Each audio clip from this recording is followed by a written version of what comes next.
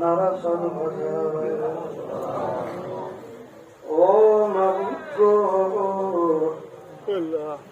এক ফোঁটা পানি দিয়ে বনি আদমকে বানায়া এই দুনিয়াতে কয়েকদিন ঘুরাইয়া ফিরাইয়া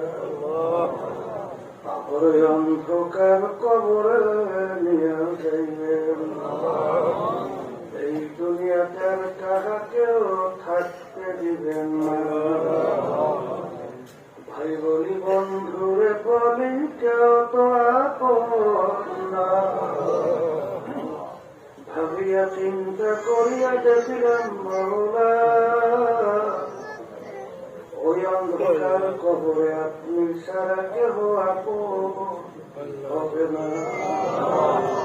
ربنا آتنا في الدنيا حسنة